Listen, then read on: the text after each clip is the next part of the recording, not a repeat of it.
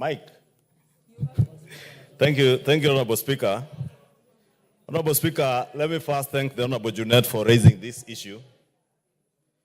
Because, Honorable Speaker, at times we are afraid to speak for ourselves because we'll be seen to be fighting the church or religious leaders. And let me thank Honorable Junet because the issue he has raised is not an issue where he is raising an issue that is fighting anybody, but rather fighting for ourselves as members of parliament.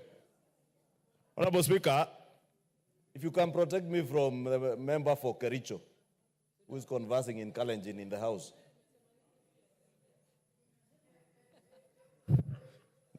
The book of Hebrews, Honorable Speaker, 13:16 says, but to do good and to communicate, forget not, for with such sacrifices God is pleased. Obey them that have the rule over you, and submit yourselves, for they watch for your souls as they that must give account, that they may do it with joy and not with grief, for that is unprofitable for you. That is the word of the Lord. And that word, Honorable Speaker, is the word I would like to remind our religious leaders, including my own moderator of the Presbyterian Church, the Reverend Thegu, whom I saw last night on TV admonishing this house that this house is captured, that when the executive wants us to pass bills, we pass them with lightning speed. Of course we pass them with lightning speed because that is what the people elected us to do. And we do that because we are actualizing the manifesto of what we sold to the people of Kenya, because we want to remain true to the people and to God. Therefore, because you are my moderator, you cannot admonish me simply because you hail from Nyeri and you think the impeachment process moved with speed. That speed is what is expected of us under the Constitution. The Constitution gives us timelines as to when and how you prosecute an impeachment process. And let me say, Honorable Speaker, because the Honorable Junet has done good to raise this issue, we must not be afraid to tell our religious leaders that even when we do good, as the book of Hebrews tells us, when we give in church, we do not give in church to please the bishop, the moderator, the reverend, not even the church members, the congregations in our churches. We do it because the good book in the Bible tells us, do good and communicate because it is pleasing to God. I never go to church to please my bishop. I never go to church to please my moderator. I neither go to church to satisfy the whims of my reverend. I go to church and do what I do because it is pleasing to my God, and we shall continue to do it.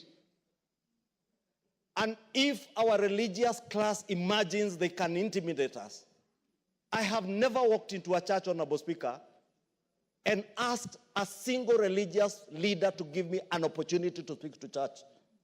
I am glad I patronize a church that's not one of the mainstream churches in Nairobi, together with a member for Kimani, the Honorable Kakai Bissau. And we go there and we sit in church, we listen to the sermon, and we leave. We never seek anybody to give us an opportunity to address the congregation. When they are fundraising in church, I have never seen a single politician invite himself to a fundraising in church. But the church leaders must not make it look like we invite ourselves to churches to contribute money. We have many other places we can take this money. Honorable Speaker, it is true what the majority whip is saying. I accompanied the president to Soweto, the Catholic Church in Soweto, in Embakasi East. When we sat to have a cup of tea with the church leadership of that church. They are the ones who sought the president's help and our help, together with that of the governor for Nairobi, to build a house for the father. They also sought help with the road. That road to Soweto has already been advertised in the papers for its rehabilitation. When I saw the Archbishop of the Catholic Church, with all due respect to the Archbishop of the Catholic Church, write a letter that they will return some money to the president, I can confirm to the country and to this house, not a shilling, not a cent has been returned to the president.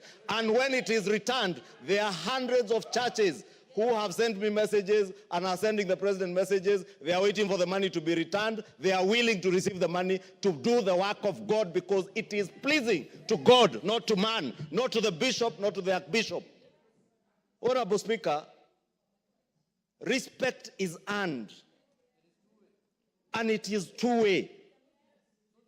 We respect our church leaders, and they must earn that respect. If you speak at me, I'll speak back at you. If you respect me, I will respect you back.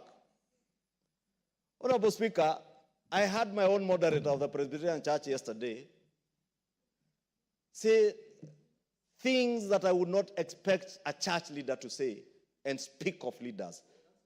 Because, again, if you read the book of Romans, it calls Romans 13, I think verse 1 to 4.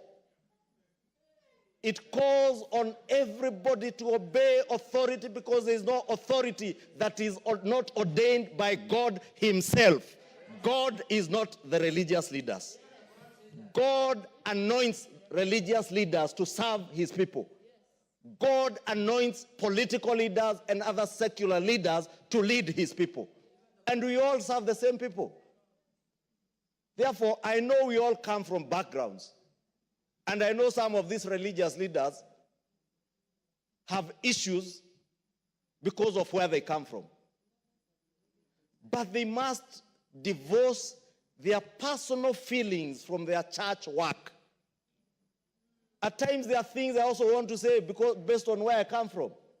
But I remember I am a leader in this country, a national leader. There are certain things I cannot say or do as a leader. I want to call for that wisdom from our religious leaders. I want to call for them to respect authority as commanded in the Bible. I want them to help this country. Some of the issues that I see them pointing fingers to governments on are issues of morality, are issues that they should be dealing with in society. Be it femicide, be it the growing trend of LGBTQs and everything, Honorable Speaker. Be it issues touching on corruption. Actually, it's headed by a bishop. I hear a member saying even the anti-corruption, ethics and anti-corruption commission is headed by a bishop. Yes. And a good bishop for that matter, and we wish him well. But all these societal challenges are challenges of society that we must address them together as leaders. Both the political leadership and church leadership, or religious leaders, not just church, even our Muslim leaders. And I want to ask our leadership to work together. We cannot deal with the issues that we have seen, the challenges we have seen with femicide, challenges with our children, without working together. Honorable Speaker, our schools, if there is some moral decadence, it begins from our schools. Many of our schools are sponsored by churches. And even public schools, we have made effort in numerous public schools to be under the sponsorship of churches under the chaplaincy of churches. But that is where the rains are starting to beat us. The only reason you see men doing the kind of bad things they are doing to young girls is because there's something we lost in our moral upbringing. Not just as men, but as a society. But that is the work of the church. Where is the church? I do not see the church in those issues. The church now is more in politics than anything else. and we welcome them to politics. Indeed, this house that they are admonishing has elected bishops and reverends and others nominated, like Bishop Kosgei. Canon Naomi of the Anglican Church is a deputy whip who whips members to come and vote for bills because that is what they are elected to do. Therefore, let me just thank Honorable Junet, Honorable Speaker, but with tremendous respect, ask our church leaders. When you point a finger at a leader, look at the four that are pointing at yourself. When you admonish corruption, don't just talk about the fight against corruption, practice it. It cannot be that my money when I was a business person, and I am still a business person, was not corrupt money, but when I'm elected as a member of parliament, now I am told this is corrupt money. It can't be. You know, it is so interesting, Honorable Speaker, that they are now even choosing which political leader to speak, which one you can receive money from, which one you like, which one you don't like, which political party you like, which political party you don't like. Honorable Speaker, let me just call for mutual respect.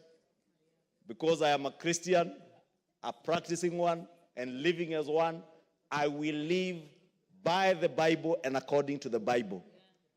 I can read the Bible, I can interpret the Bible, I know what the Bible tells me about giving, I know what the Bible tells me about respect for church leaders. I will respect them, but I also expect them to respect those in authority back. With those many remarks, Honorable Speaker, let me thank the Honorable Junet for having raised that matter. Honorable members, I can see that there's a lot of interest, so let's agree that we 3 minutes each. Yeah? Yes, I'll get to you. You'll get a chance. The Honorable Kainan.